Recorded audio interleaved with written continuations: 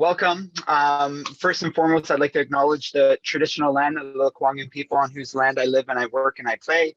And I hold my hands up to you. I say, Haichka. Thank you for joining me. What an honor. 222 people. If you believe in the magic in numbers, I see 222 in the participants list right now. That's pretty beautiful and magical.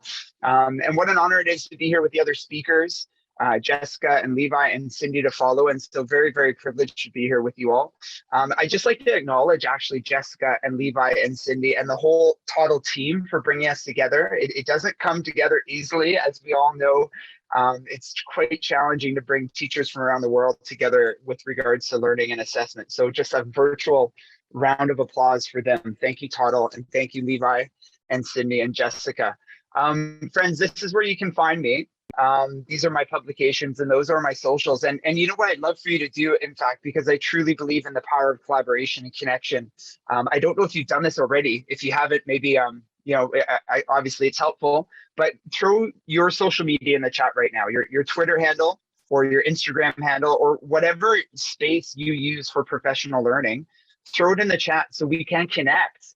Of course, my socials are there. Everyone can see them, but the power of the room, the power of the virtual connection, I'm always learning tips and tricks and hacks from teachers around the world that I've never been able to, unfortunately, meet face to face. So if you're a connector like me and you want to connect with everyone in the room, throw your favorite social media space in the chat. And if you're not on social media, consider joining, consider looking first. I think you can find my Twitter and my Instagram and just have a browse and see if it's interesting to you, and then find that community of inquiry educators around the world that are part of those spaces. So I see some really neat things happening in the chat. Thank you so much. And again, if you are keen on social media, please share there. Friends, we're going to unpack co-construction today. So through the vein of assessment, what co-construction is and how do we co-construct? And what is co-construction even? What is co-construction? And to invite you into the offering today, we're going to engage in a thinking routine. I'm a big fan of Ron Richard and Mark Church's work. Here's one of their publications. I know this has been referenced in previous sessions today, The Power of Making Thinking Visible. Fantastic body of work.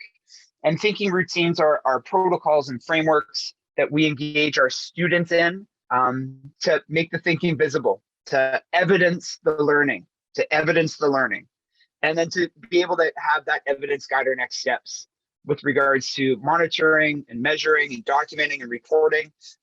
The thinking routines allow us to see and use. I do this with my hands, because I often ask my students to document their thinking on Post-it notes or sticky notes. So we use that thinking and that evidence to guide our next steps. So I'd like to introduce you to this 3-2-1 thinking routine. So if you can play along with me, this will be fun. You'll learn the thinking routine through experiencing it, so you can bring it to your scholars, you can bring it to your students. Wouldn't that be nice?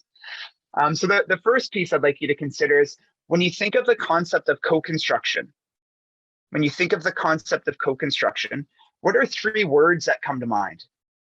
Can you write down 3 words? Oh, thank you, Laura. You, me, we, I like that. Brenda in the chat says, taking part, sharing ideas, and involving, excuse me. If you'd like to throw your words in the chat, feel free. It's always nice to see and make meaning together. And I encourage you to listen for language that I use. I definitely model language with you all that I use with my students. And the language I use that I model for my students, I hope shapes their thinking. So I just referenced, it's amazing when we make meaning together. And that's what's happening in the chat right now. We're making meaning together. That's the notion of social constructivism, where we come together, not in isolation, not learning alone. Social constructivism is when we come together to make meaning together. And a facet of social constructivism is co-construction. Preeti, think, pair, share. Oh, I love the think, pair, share. Ooh, so sensible and timeless to think, pair, share. I often find teachers don't give enough time for the think. We say think, pair, share, and we get kids to turn and talk. Let's root them in some reflection first and some evidencing of their own to help them get ready for the pair, share. Maybe a few sentence stems on the board, shall we? Maybe some modeling of some thinking of our own. Maybe some documenting, some drawing first. but the think of the think, pair, share is imperative. Irma says discussion, collaboration, sharing. Vidya, my friend, collaboration, constructivism, and cooperation. Very thankful. The word I've seen the most come up is collaboration. Do you tend to see that as a trend? I don't know if it's a trend, but I would say I'm not surprised. You know, co-construction, when we are co-constructing, when we are coming together, we are flexing the collaboration muscle. And I think that's really nice that you lifted that up for us, Cindy, and the notion that co-construction allows for these learning muscles, as Guy Claxton refers to them. In the IB, we're talking about the ATLs, of course. We're able to flex these skills, these muscles, because we co-construct. So there are a lot of benefits to co-constructing that we're going to talk about today. And we're just warming up. We're just doing the thinking routine. We haven't even gotten into the meat and potatoes of the session yet. Forgive me if you're a vegetarian with that analogy. Number two, so we've documented some words. Number two, can you write down 2 questions you have around co-construction? What are 2 wonderings you have? What are 2 questions you have? What are 2 questions? What are you curious about? I'm very interested in my students' questions, very interested. We can do some amazing things with student questions when they're asked and when they're created, when they're documented. In fact, I just posted a fantastic questioning activity to my Instagram yesterday. So if you're on Instagram, there's a reel that shows once the questions are documented, what can we do with them? How can we get playful and leverage them to guide our thinking and guide our collaboration? So I'm very interested in what they find to be relevant or interesting or what they're curious about. And I don't just mean what happens outside of school. I mean, with regards to the concepts that we're exploring in class. I want to spark their curiosity with maybe a provocation, and I want to capture their questions. So I'm curious, what questions do you have? And of course, this question that you're anchoring on your page right now, with the Q&A that we have towards the end, this could be something that, you know, you ask at that portion or at that time. Thank you. Is there a structure to co-construction? Love that, Siobhan. Yeah, how can we co-construct with early years students? Yes, we can. I'm going to show you a few ways today. I'm definitely going to stretch your thinking to consider how we can trust our learners to co-construct and how it's a mindset. Co-construction is a mindset. Deepa says that challenging and changing mindsets. Co-construction is a mindset. It's not just co-constructing an assessment tool. Co-construction is a facet of inquiry. It's how we show up in the classroom. So I'm definitely going to stretch some of your thinking there, friends. The last one I'd like you to engage in with this 3-2-1 thinking routine is one analogy. The analogy, as an English teacher, I think of a metaphor or of a simile. Co-construction is like, or co-construction is. Could you, and don't worry, I'm not giving gold stars for the most sophisticated or beautiful analogy. And I say that to my students as well, because thinking routines aren't marked. They're not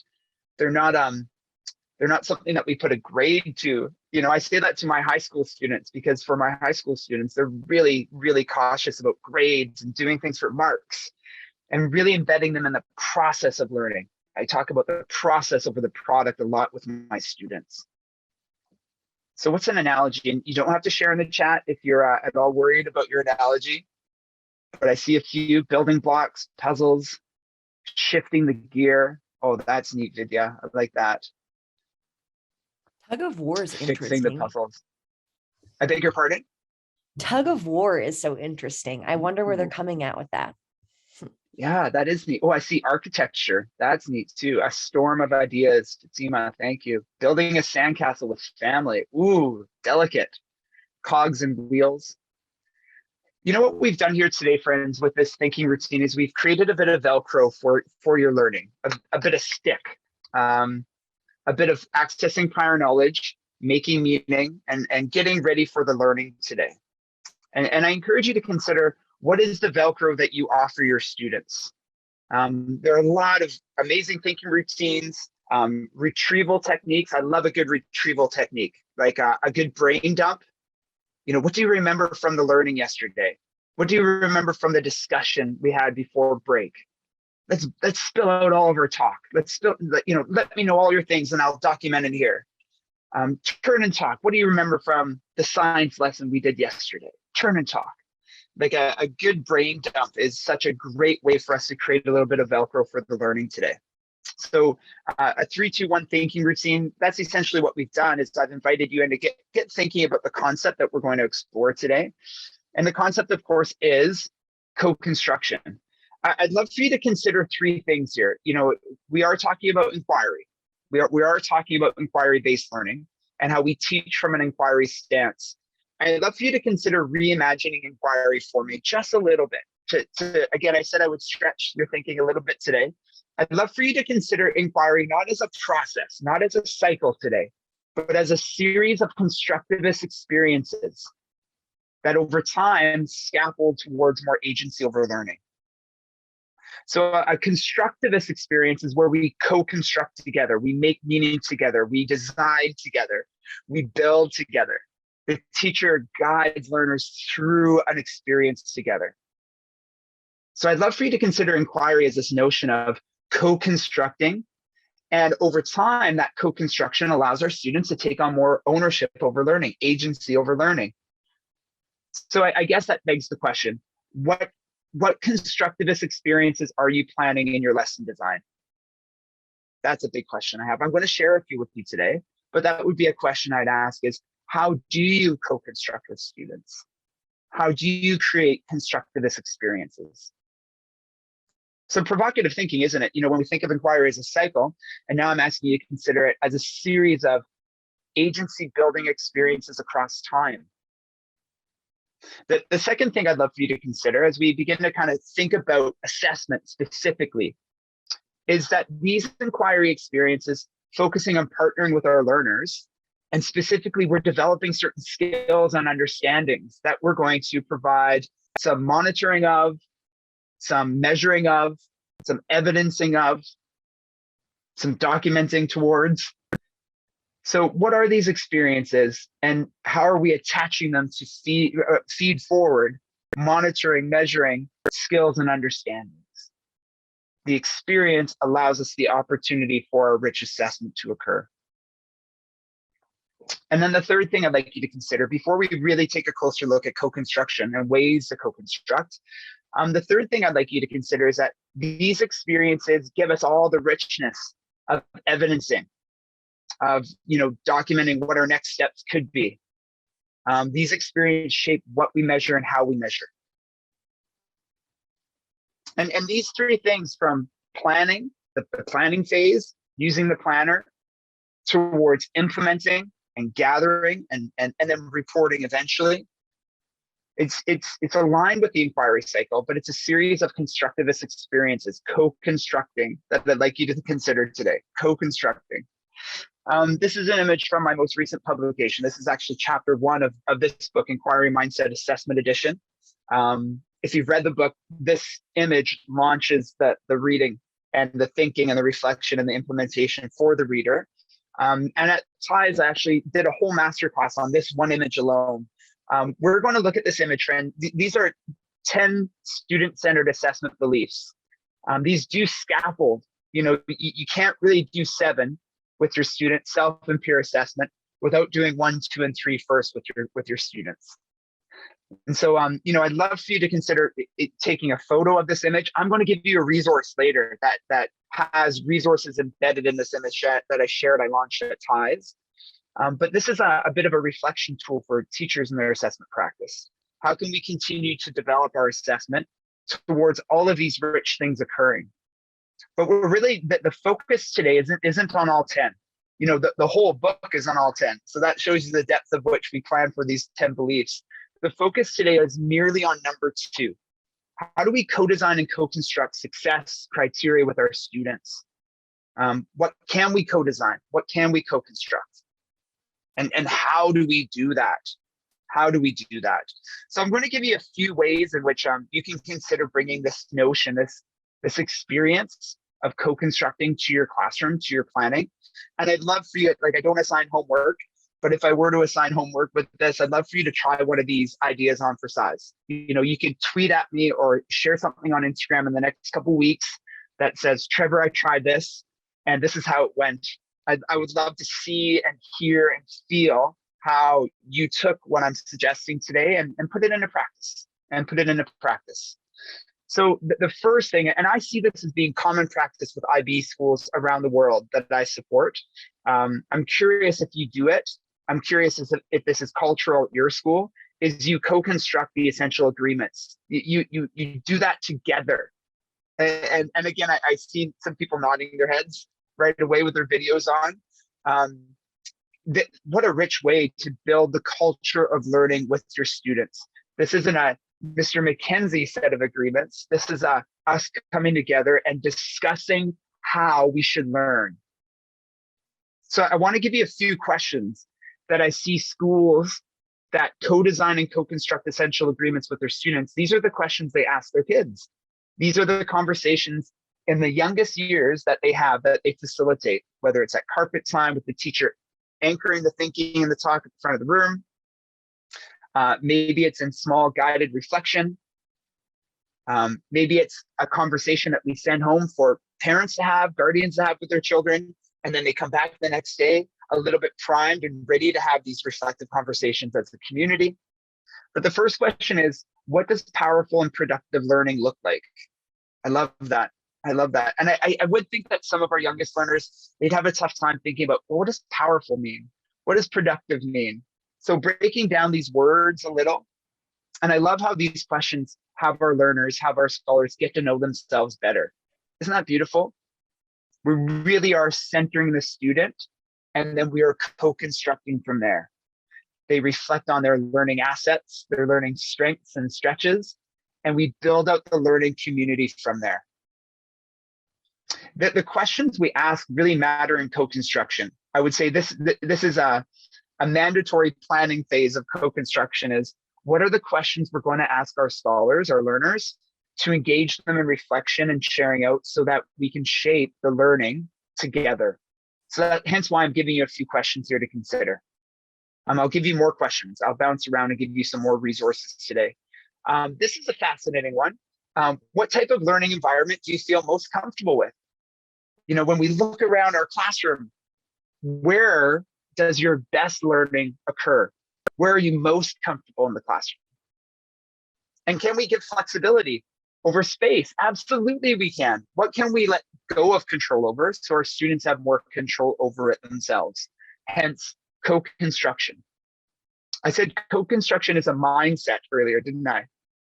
We just don't co-construct rubrics or assessment tools. We co-construct as much as we can throughout the culture of learning, so that when we do get to co-constructing assessment tools, our students are pretty familiar with sharing the load of learning in that manner. So that's another fantastic question. What type of learning environment do you feel most comfortable with? Here's one more. What are your learner strengths and what are your learner stretches? I love that language. Shelley Moore, an inclusive educator here in West Coast, Canada. That's language that she has proposed we consider using when we ask our students to reflect on themselves as students. What are your strengths and what are your stretches? I love thinking about adding that language to the profile. Wouldn't that be lovely? Like as students reflect on the profile, what are their strengths and stretches as we look at the attributes? And then can we build out indicators for each attribute in student-friendly language? Hence co-construction. When we build it together, student language, student words shapes the understanding. And then they're more likely to reflect with accuracy and clarity and confidence because it's language that they built with you. So I'd love for you to consider this notion of building essential agreements together. I'm just going to stop sharing my screen here and I'm going to bounce around here. And I know you're seeing me do a couple things, but I want to share two resources with you. So number one, I'll come back here. There we go. I'll go there. Great. So now you're going to see my Chrome. You're going to see my messy Chrome. So here's a fantastic Inquirer profile resource that you could use at the younger years. I do love this one a lot. Right in the middle, students can insert a photograph, an image. You could print these off and have students bring a photo from home and cut it out and paste it right in the middle of the image. And then I love these cells. You know, when we talk about essential agreements, if we're going to build a culture of learning together, this is what we could do to build that culture of learning together. This is for the younger years, this one. I do love this one. But slide number 2, I think you can use it maybe year 2, year 3, but definitely year 4, 5, 6, full sentence answers in this one. So same categories on the left side, but just more room to write rather than perhaps in this one, students can draw, students can cut out things and paste. If we're doing this digitally, they can bring things from other spaces. So that's one piece I wanted to share with you all. Another piece I wanted to share with you is this resource, and I'll throw this in the chat as well. This is a guiding questions resource. So this is, I think it's over 300 guiding questions that we essentially scraped from this book. In reviewing this book, we pulled out every question that I asked in the entire book and we put it into this PDF for you. And this PDF will help guide some of that co-construction planning that I referred to. The types of questions we ask really matter. So this resource is meant to help you in that co-construction there. So I'll stop sharing this one. I'll come back to my slides. I know I have a lot of tabs. Someone referenced all my tabs. And I'll come back here. Great. So let's come to this space. Let's talk about the attributes. Let's talk about the ATLs.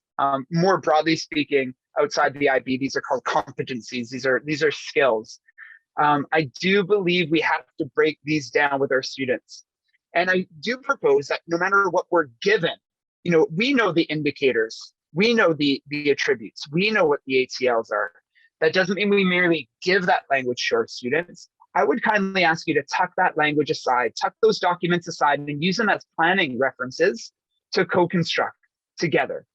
So when we pull out an attribute, when we talk about what it looks like and sounds like and feels like, and we get students to talk and share, their language now is used to shape reflection of growth towards the attributes and the ATLs. And we could use the language in the planner, we could use the indicators to guide that conversation, to nudge our students to think about some of these ideas a little bit differently. But when we co-construct it, collaboratively doing it together, me bringing the language to our students and students making meaning and accessing prior knowledge and their language coming together. So what are some questions we can ask? What are some ways in which we can engage our students in understanding themselves better as learners? And then having that language in our class, making it visible. I'm curious, do students know the profile? If I were to visit your classroom, this is a provocative thought, so forgive me, but if I were to visit your classroom and I were to ask a student a question about the learner profile, what would they be able to say? What would they be able to talk about? What would that conversation look like and sound like and feel like for me? Of course, I'd hope that they could say some pretty amazing things. I hope that they could even pull me over to an area in the class and talk about certain things that have been documented in student language. And maybe even they can show me some evidence of growth towards the profile personally. So something for you to consider is all that transparency happening in your class? Transparency in ideas, so your students can have that conversation with me. Transparency on the wall, and then connecting the wall and the student to the evidence. I'm really curious about indicators of growth. This is success criteria. So what do students know about growing towards the ATLs or the attributes? I'm going to show you some ways that we can do that actually in a moment here. I'm going to show you what my class looks like so you can see some images from what these indicators look like in a visible way. And then again, it has to be in student-friendly language. It has to be visible. And then that allows us to use that visible language to guide reflection and guide evidencing, and in turn shape documenting and reporting. So this is what it looks like in my school. In my curriculum, we have 7 competencies that students are growing towards. And I am a high school teacher, but you can do this in the PYP. I know you can, because schools I support are working through this process. Each poster that you see represents a different competency. So maybe you take my competency and you envision an attribute or an ATL, and we make it visible by making a poster. Now, I didn't make these posters, my friends, my students did. They drew these. They stay up throughout the duration of our time together, and they're meant as reflection points. They're meant so I could point to it at any time and talk about how the learning that we're in, the experience we're in, is reflective of the skill, the competency, the attribute.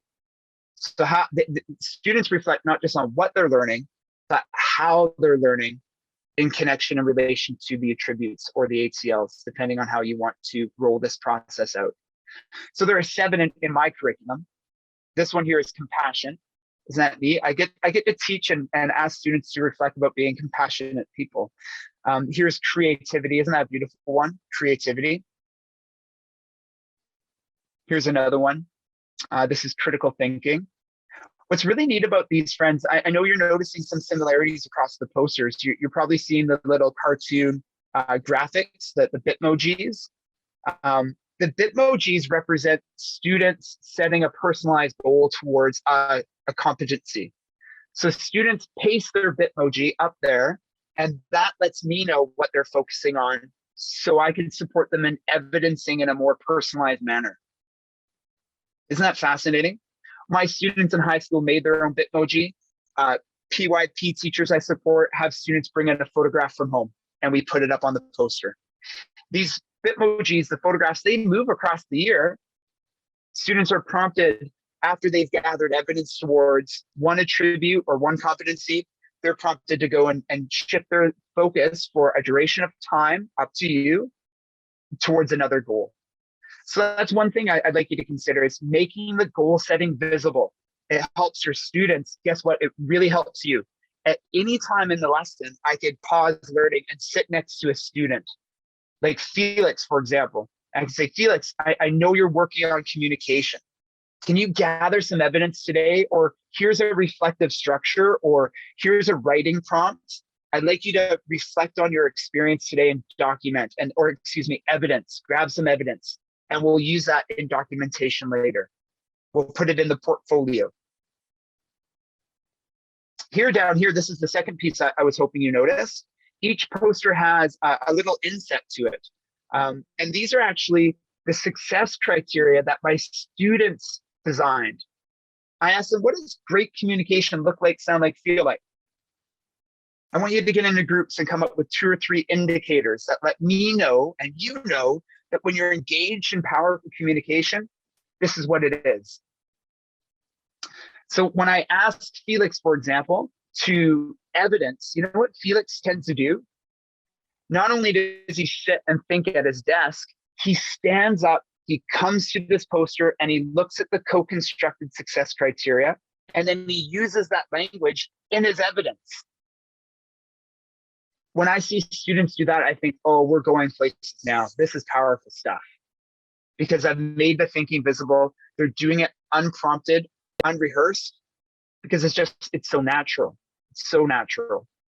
So I suppose what I'm asking you to do is something similar, to bring in very visibly your learning targets. In this case, I'm talking about competencies or attributes or ACLs, but whatever your learning target is, make it visible, have students build success criteria towards it, and then have them set a personalized learning goal and gather evidence towards that learning goal.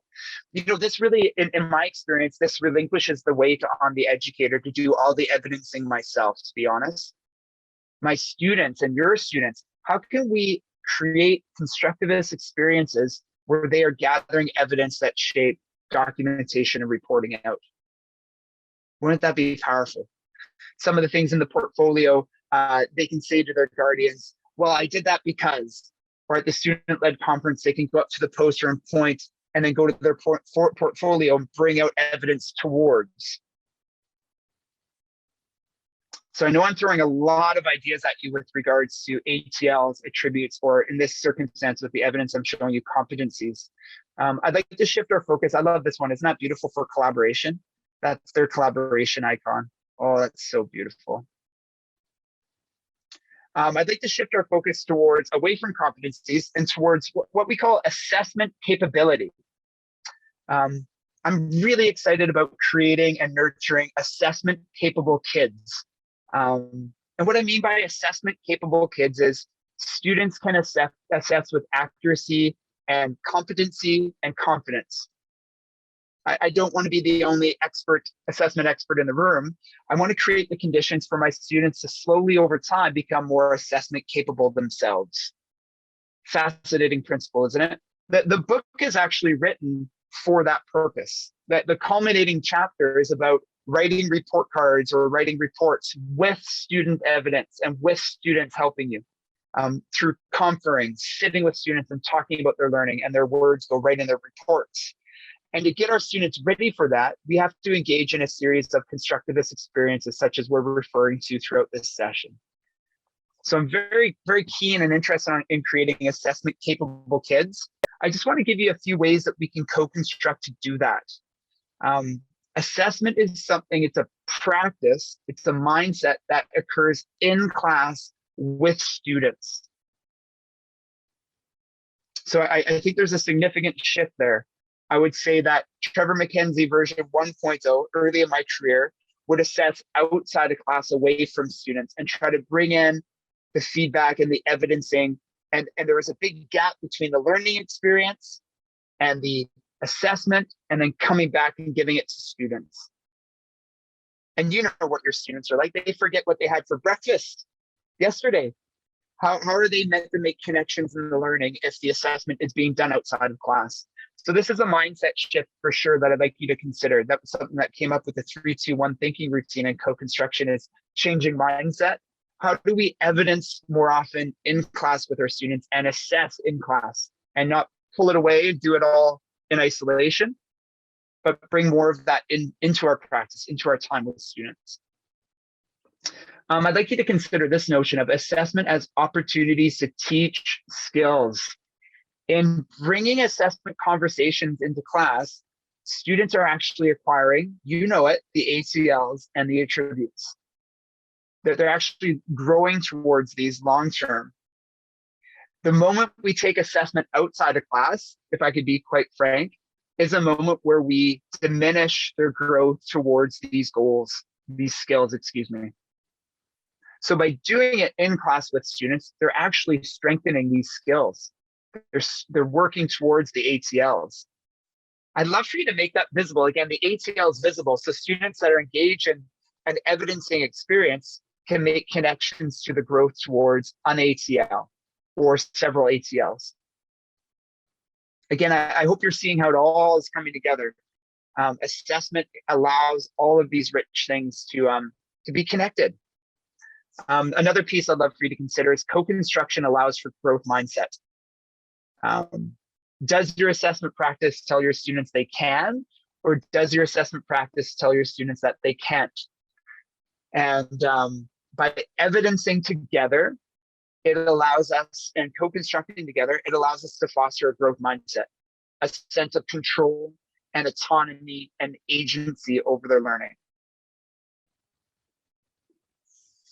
I'll go, just for the sake of time, I want to get to the next couple slides here. I love this question. I ask my students about, if you could show me your learning in any way, if you can show me what you know in any way, how would you like to show me what you know? And I always provide my students a few examples, a few pathways, a few pieces of evidence that they could create, that they could do as an artifact of learning. I love that phrase. Isn't that lovely? An artifact of learning. It's not a summative. It's not an assignment. It's an artifact of learning. It's something that we can look at and hold up and reflect on as a point in time. Again, I'd love for you to use that language with your students. If you're writing down a cheat sheet of vocabulary, I do really appreciate that artifact of learning that we could ask students to reflect on as a snapshot in time. So I recently asked my students that particular question. If you could show me your learning in a specific way, how would you like to show me what you know? And my entire class chose infographics. Canva is a fantastic free platform. If you're familiar with Canva, you could just simply search infographic templates. And there are a bunch of templates in there beyond infographics, cards, notes, a beautiful, beautiful space for templates. And so when we think about our youngest learners, and I think about capable learners, Canva allows some of those digital skills to be easily acquired because of the template use. And my students made the decision again that we were all going to use infographics. And I want to show you a little bit of what they created because it's quite fascinating, actually. They created these. This is what they turned into our Google Classroom. A lot of neat things here. We focus on the UN Global Goals for sustainability. My students chose one, and they came out with a bunch of rich research, and they created an infographic. And as we engaged in this process of creating infographics, towards the end, I saw some really amazing infographics, high achievement. Like in the high school classroom, it was all A's. Quite honestly, I was getting a lot of A's. And I want to tell you why they got A's. I'll go back to the previous slide. I want to tell you why they were so assessment capable. My students told me this. As I was handing back their infographics, I was shocked that they were so beautiful and so powerful. And I said, how did you do so well? And I said, turn and talk. Tell me what markers of success led to such amazing infographics. And they said these 5 things. They said, we made the decision. It was a decision you gave us some ownership over. You said, how would we like to show you our learning? We chose infographics. That matters. Thank you, TMAC. That's what they said. Beautiful. So when I hear that, I hear choice and ownership impacts achievement. That's what I heard. When I gave them choice and they had ownership, they did better. So something for you to consider as you co-construct your assessment, where can you give choice for your students to do better? Number 2, they said, we looked at exemplars, and I know this is sensible, this is timeless, exemplars, right? This is sensible, this is timeless. But they said we looked at exemplars and we actually got to understand what great infographics have and what bad infographics have. Because I had a stack from a previous year that were the good, the bad, the ugly. The good, the bad, the ugly. I think that's important with exemplars is that we show them a breadth of whatever it is, the artifact that our students are producing looks like, sounds like, feels like. And that's exactly what I said. What do these infographics have? What do they look like, sound like, feel like? What do great infographics do? And from there, we co-designed the success criteria. I had them turn and talk about what great infographics should have. And as they were talking and as I was listening, I was documenting on an anchor chart. And then I put that anchor chart into a Google Doc, and that was our co-designed rubric. Isn't that neat? So the rubric we used was actually built through the use of exemplars. Yes, you can do that with the littles. Ways that you can do that with the littles is they all come to the carpet. They all come to one space. You have one anchor chart. And you look at the exemplars together. You ask them what they see. And maybe even you give them a word bank of certain categories or certain things to look for. Can anybody find this in an exemplar? So you're pinpointing the assessment expertise in the room and lifting it up. So word bank helps and sentence stems help. My kids use sentence stems and they're 15, 16, 17. They work for 4, 5, 6-year-olds too. The third thing the student said was, we call it feedback. I love calling it feed forward. You know what that is. The advice to guide next steps. The advice to guide next steps.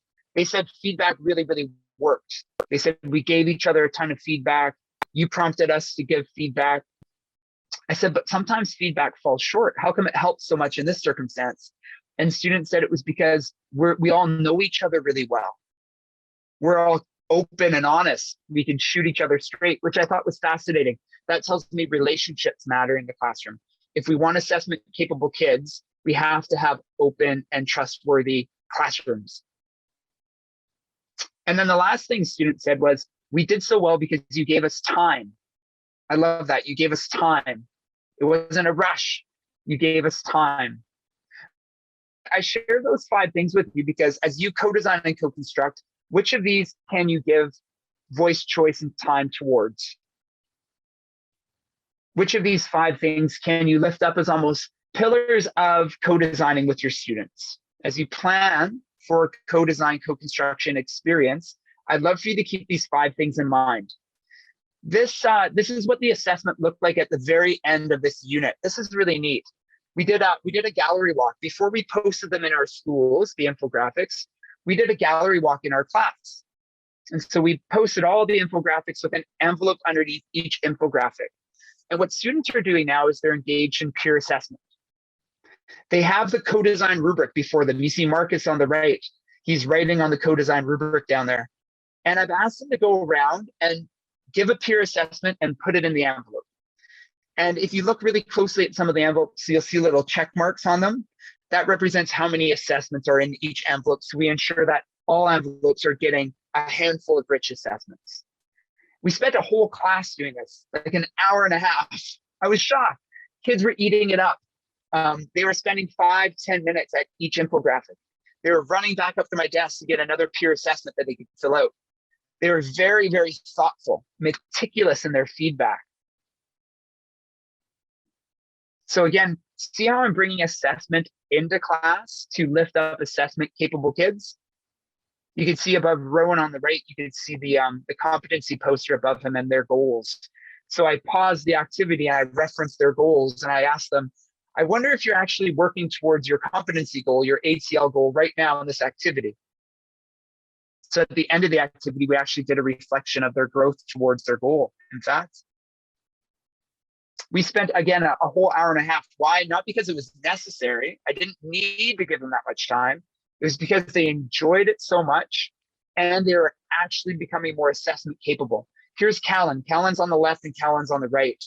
Callan, I'm never quite sure whether Callan is truly getting it, to be quite honest. I have a really tough time assessing and helping Callan evidence and monitoring Callan's growth over time.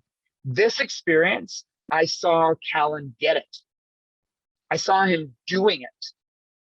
So I was gathering, of all the students in the room, I was gathering evidence of Callan in this moment, because in all the other assessment experiences I had created so far, I didn't have rich evidence. So this is where one student I noticed, I need to get rich evidence right now for my documentation and for reporting later. So the experience of co-construction allows for opportunities, not just for assessment capable kids, but also for me to grab some evidence. So I'm just going to pause my sharing there, and you can see all my slides here just for the sake of time. I know we're at the question and answer period now. Another activity I wanted you to consider co-constructing and co-designing with your students is around questioning. I think questions and inquiry, it's an underpinning of inquiry. And what we've done here with Jessica, who presented earlier today, is we've created a rubric for skinny questions and thick questions here. Skinny questions and thick questions. And I'd love for you to use this rubric to co-design success criteria for skinny and thick. So what I'll do is I'll just go into presentation mode and you can grab a photo of this so you can see it. Again, this is success criteria for skinny and thick. What are skinny questions and what are thick questions? This would be a document that we bring into the classroom and we tuck it aside and we guide our students through co-constructing indicators for skinny and thick. I just did this yesterday with my kiddos and I posted a reel on Instagram. So if you go to Instagram, you'll see the reel. And I asked them, what are success criteria? What are indicators for skinny questions? And what they said, I put on the board. I said the same thing for thick questions. What are indicators of thick questions? Tell me what they are. I put those 5 or 6 things on the board and I left them there and they guided the activity. And it was a question spectrum activity, fantastic activity experience that you can do with all ages. And you can see it on my Instagram, on my reel. So this would be a co-construction activity where you are building out growth towards a skill across time. I use this across the school year, this document, because our students will be more sophisticated questioners at the end of the year than the beginning of the year. And I want to see evidence of the beginning of the year. I want to see evidence in the middle of the year, and then I want to see evidence at the end of the year, and then I want us to reflect on growth across time. So I'd love for you to consider using this as well. Just for the sake of time, I wasn't able to unpack it as beautifully as I would have liked to today. I know I overplanned. That's typically teacher error, is overplanning. But I'm glad that you have this here for you to consider more co-construction opportunities with your students. So I'm going to pause my sharing of the screen because I'd be remiss if I didn't give a chance for Q&A. And I'm curious, Cindy, are you going to facilitate the Q&A for us? Yes, I've curated a few questions that have come up throughout the chat if you're ready for them. Absolutely, let's. I know that was fast and furious, Cindy. So that was a lot that I threw at them. So I'm not surprised there are some questions. So yeah, let's explore them together. Awesome. Okay, so question number one for you, Trevor. The question of kind of, do you predetermine success criteria before a unit begins at all, or do you co-create all of the success criteria with students? Yeah, no, I would say a lot of the success criteria is already predetermined. In fact, like we have a lot of success criteria that we're given, but I just don't merely give those to my students. I put those aside and I start with what they know first. I ask them Right. to help me build out that success criteria, and it is co-design. The co is important. What students miss, I bring in from the documentation that I know I have to bring in. It's amazing what our students already know. I'm looking for to add in what they miss and what they don't know, so we get to a place that really mirrors what I'm told I have to use as markers of success or markers of achievement or markers of growth. So there's that collaboration. You referenced that at the very beginning, Cindy, right? One of the words that was coming up was collaboration. This is where we collaboratively design the success criteria. So just to clarify, you have your curriculum in mind, and then you're trying to kind of introduce them through exemplars and through authentic experiences where they come up with the language to explain the kind of criteria you already have in your head. Yes, totally. Absolutely. That's a great frame. I appreciate you clarifying it in that way, Cindy. Yeah, that works for me. Absolutely. Cool. So when are you doing this? That was another question. So when you're doing the co-constructing process, is it throughout the unit, or are you more kind of doing it at the end? Where are you doing it? Yeah, so it depends on what it is we're co-constructing. You know, like in the first few days of time with students, I want them to see that I value their role in learning. So we co-design the essential agreements right away. We co-design the understanding of competencies or ATLs and indicators as such. So we do that like to set the culture of learning for the whole year. We also co-design questions at the start of the unit, you know, whether it's skinny questions and thick, because questions are going to shape a lot of the unit. I find that once I do that once with questions, I don't necessarily need to do it throughout the whole year. Maybe we revisit it as a bit of a primer or the Velcro. So there are certain things that I embed right away and early in the unit, and then there are certain things that come a little bit later in the unit, such as if it's an artifact of learning and we co-design success criteria towards that artifact, that doesn't necessarily have to happen at the beginning of the unit. As long as we are richly evidencing throughout, students should have great evidence that they can demonstrate as part of that artifact. So it's interesting how your question, or that particular question, Cindy, takes us back to ensuring we have a rich evidencing practice in place. If we don't have a rich evidencing practice in place, then something like that is going to fall flat. It's not going to garner the reflection and the connections we want it to garner. The evidencing practice needs to be a mindset. It needs to be something that we are constantly cultivating, so that students have enough that they could refer to when getting towards that artifact. And notice how I'm not saying summative. It's not the summative. It's very different. Appreciate that. It's a different mindset now. Yeah, it's a different Yes. mindset. Trevor and I chatted before this about what language, and we're like, maybe we should shy away from summative just because of all the PYP changes. So we appreciate that. Well, and also, Cindy, I think this is a global shift, not just in IB PYP, but process over product, process over product, process over product. What does that mean? It means we're not taking in all this stuff for assessment of assignments. It is about that feed forward. It is about evidencing and monitoring and guiding students through understanding what their next steps are and empowering them as assessment capable people. So that notion of let's maybe tuck away the language of summative a little bit is really, really powerful for me, and really looking at process over product. Did anybody else just fall a little bit more in love with Trevor MacKenzie after that? I did.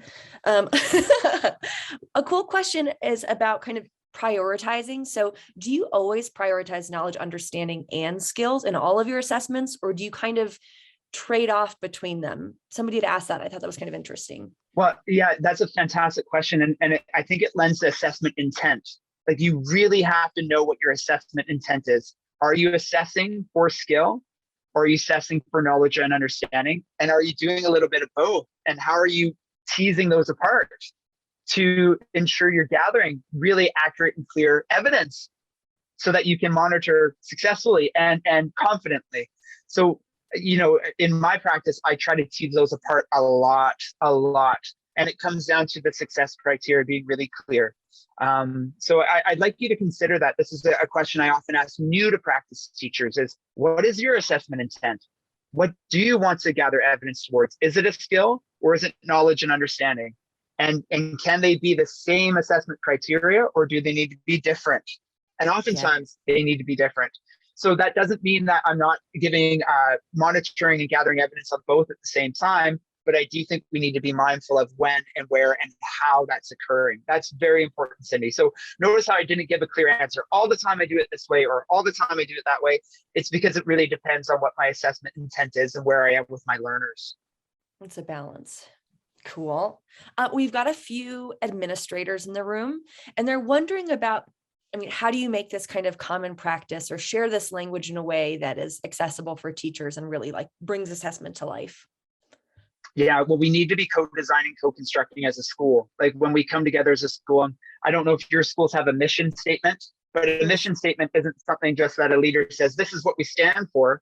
We build that together. We build that with our staff. We build that with our stakeholders. It takes time, but by doing that together, it shows teachers what we value and allows us to model co-constructing together. And that's a big one, a mission statement. But I'm curious, as a leader in the room here, what can you build together with your staff in the time that you have together or in the time in isolation with a staff member that you're perhaps working with one-on-one or in passing? How can you create a culture of co-design and co-construct? Again, if we want teachers to do it with students, they need to experience it from how we lead and how schools kind of run and flow. Jessica's work really sheds light on that. I know Jessica referenced some of this in her sharing, but her upcoming publication talks about how to lead through a lens of inquiry so that teachers are actually experiencing these techniques and these protocols from leadership so that they can bring them to their students. Common language is really important as well. Cindy, I know many people were writing down some of the language I was referring to, but as leaders, we need to model that thinking and that curiosity in that language. So if you're a leader, I'd encourage you to be consistent with the language you're using that maps with and overmaps with, the language teachers are using with their students. Amazing. And if anybody out there has not read Trevor's book yet, it's a great read as a staff to read together, to do a book study of. Any other resources, though, that you suggest for teams who are just kind of digging into this?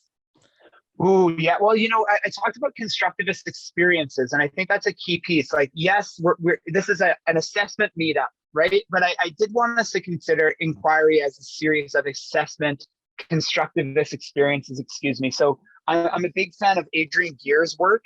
If you're at all interested in literacy at the younger years, Adrian Gear has written a number of books around powerful literacy structures that are constructivist in nature. And these marry beautifully with all of the things that we talked about today with regards to evidencing and monitoring and documenting and reporting. So Adrian is one fantastic educator. I'm just going to raise up just a couple because I'm a bit of a book geek. I have a lot of books beside me. Alexis Wiggins is another one. This one's called The Best Class You Never Taught. I know she spoke at TIES. This is an equitable talk framework. It's called Spiderweb Discussions. If you're familiar with Socratic Seminar or Harkness Table, this is really similar in a way in which we get students talking and we map out their talk. We map out the connections and the learning in the room. This can be done at any grade level. This isn't a senior level, grade 12, senior, the DP. This is PYP students can engage in this type of thinking. So that's the best class you never taught, or you never taught. And then lastly, for math friends, I just want to lift up the work of Peter. So Peter's another Canadian educator. His work is called Building Thinking Classrooms in Mathematics. And he does some really, really amazing inquiry constructivist things through the numeracy landscape. So again, the younger years, middle years, DP years, Peter's work is transformational. So just 3 books that get me thinking. And then I'm always learning. It's funny, we're kind of circling back, Cindy, to how we began. I'm always learning from teachers, like finding teachers on social media, seeing the things they share, seeing the artifacts they share, seeing the thinking and the learning visible really gets me thinking. So I suppose I circle back to find your people, find your community of who's going to inspire your practice. Authors, educators, consultants are one space, but I learned so much from other teachers who are in the classroom sharing their practice. I suppose that's a kind nudge to be brave and courageous and share on social because it does impact other people's learning.